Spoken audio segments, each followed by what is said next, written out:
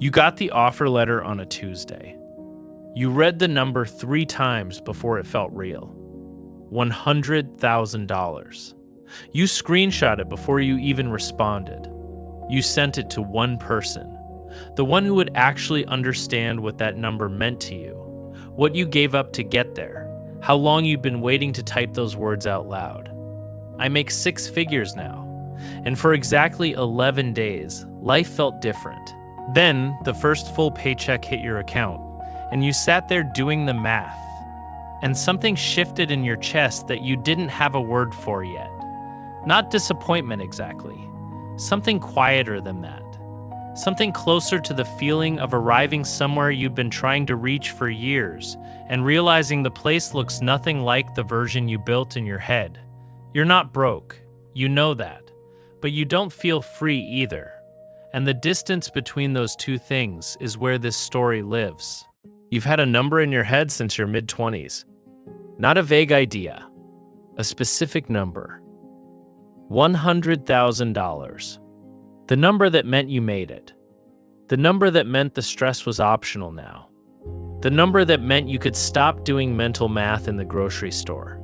Stop checking your balance before saying yes to dinner. Stop feeling like you were always one unexpected expense away from a conversation you didn't want to have. You earned that number the slow way. Not a windfall, not luck. Years of performance reviews and lateral moves and knowing when to leave and when to stay and when to ask for more and when to just do the work and wait. You built toward it the way you built most things. Quietly, without telling too many people, because you didn't want to explain it if it didn't happen. And then it happened. And the 2 weeks after were exactly what you imagined. You went to the grocery store and didn't track the total in your head. You paid a bill without refreshing your account first. You said yes to things without the half-second pause you'd spent years trying to hide. You felt like the version of yourself you'd been working toward. Then month 2 arrived, and the math started again. Rent that went up at renewal, the car that needed something, the credit card balance from the move you took the job to afford, the subscriptions that compounded without asking, the student loan that didn't care what you earned now, only what you borrowed then. You looked at your account on a Thursday night and thought, where does it go? Not in a panicked way, in a quieter, more unsettling way. The way you think something when you already know the answer and you're just not ready to say it out loud yet.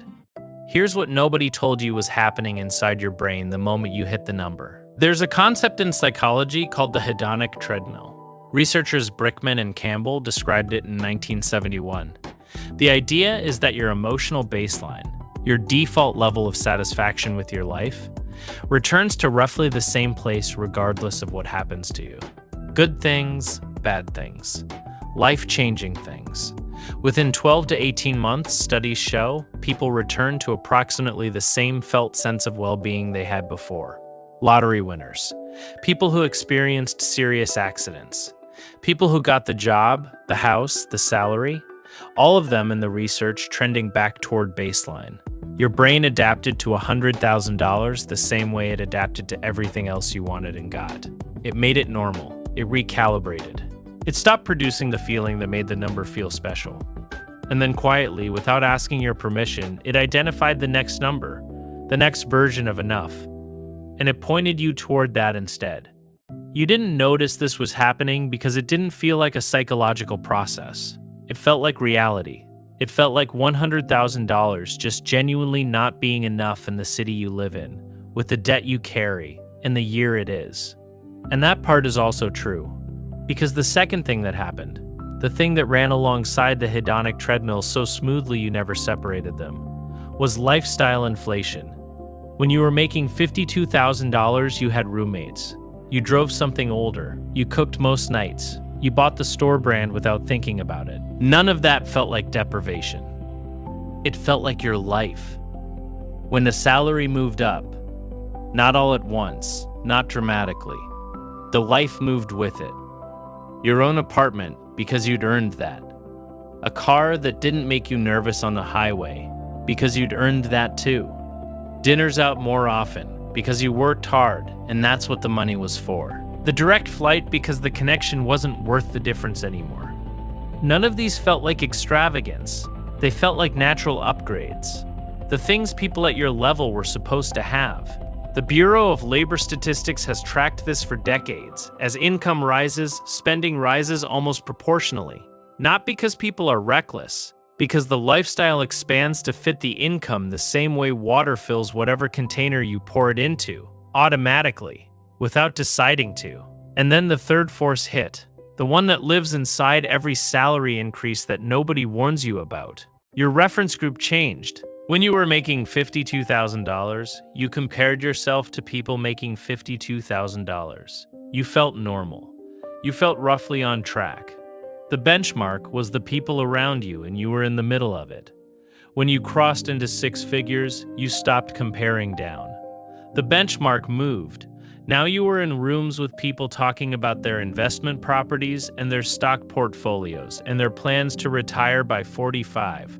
You were on LinkedIn watching people your age with titles that made your stomach do something you didn't like. You were at dinner with colleagues who owned homes in the same market, where you couldn't figure out how to save a down payment on a salary that was supposed to make everything easier. Psychologist Leon Festinger called this social comparison theory in 1954. Humans don't evaluate their lives in absolute terms. They evaluate them relative to the people around them. And every level up in your career changes who you're standing next to. You never actually feel ahead.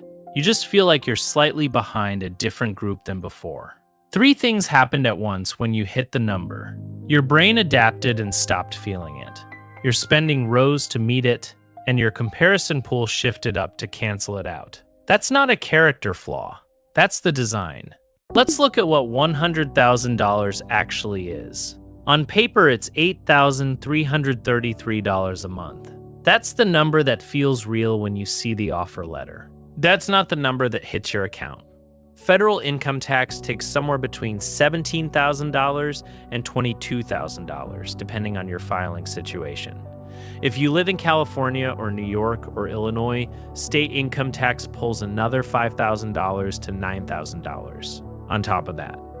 Social Security and Medicare take $7,650 before you've made a single decision about your money.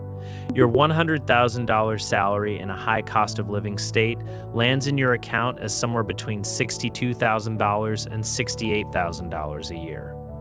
Around $5,200 to $5,600 a month.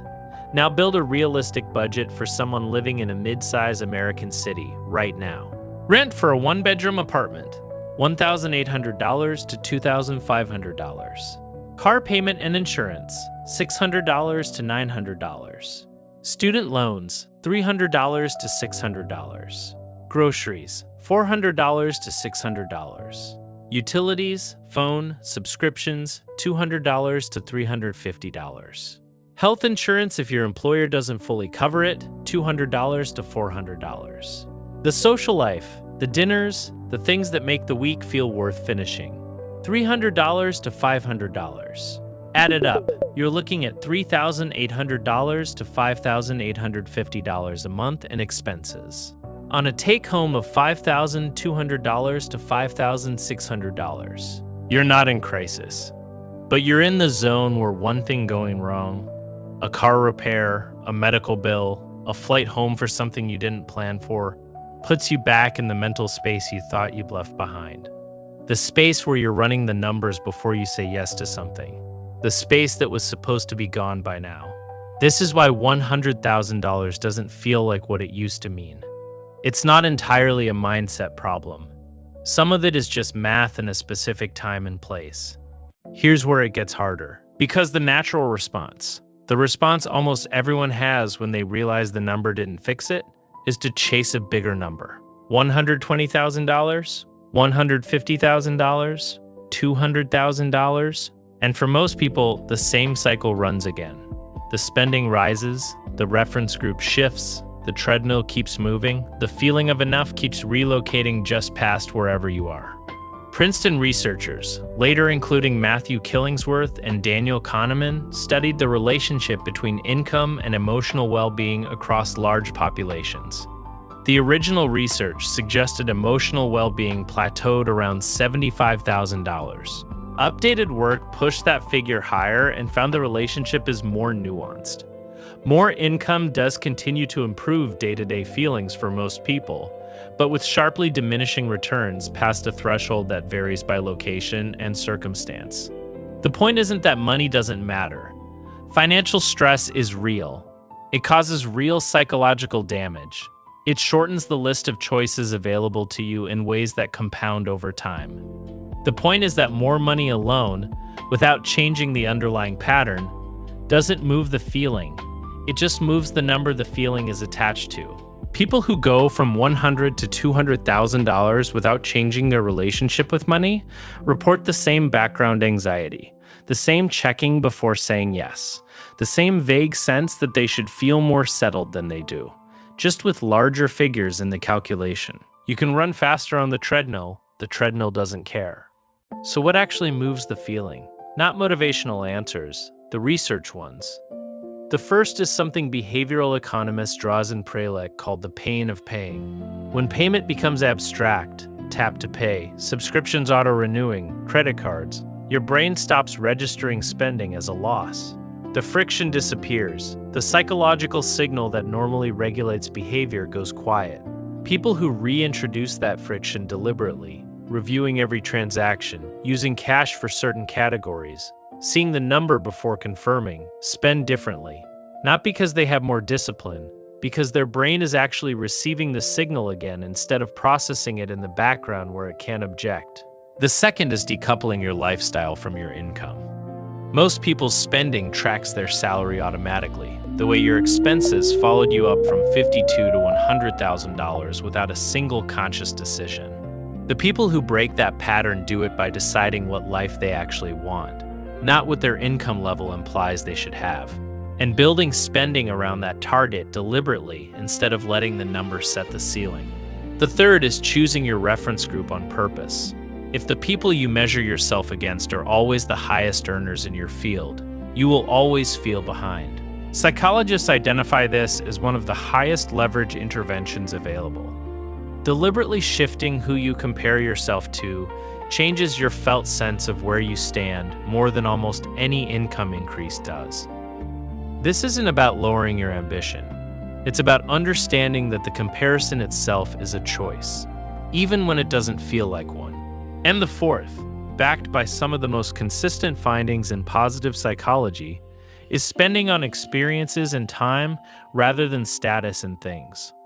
Experiential purchases generate longer-lasting satisfaction than material ones because they become part of your identity and your memory, rather than objects that sit in your environment and fade into the background until they're just things you own that used to feel like more than that. None of this is about settling. It's about understanding why the treadmill runs, so that you can decide, consciously, whether you want to stay on it. You make $100,000. You check your account more than you thought you would at this salary. You still do the math before saying yes to things. You still have the low-level background noise that was supposed to be gone by now. And somewhere in the back of your mind is a new number. A number that's going to fix it. A number that's going to be enough. You know how this ends. You've already lived a version of it. The number moves. It always moves. Not because you're doing something wrong, because the system that produces the feeling was never calibrated to stop. It was calibrated to keep you moving toward the next thing. That was useful once. In a different kind of world, wanting more kept people alive. What it does now is keep you busy, keep you running, keep you just far enough from satisfied that you stay in motion. The people who figure this out aren't the ones who earn the most. They're the ones who stopped waiting for the number to do the work, who looked at the treadmill and decided they wanted to choose their own pace. You earned the $100,000. That's real. That matters. The feeling you were waiting for was never attached to it. It was waiting for you to stop looking at the number and start looking at what the number was supposed to be for.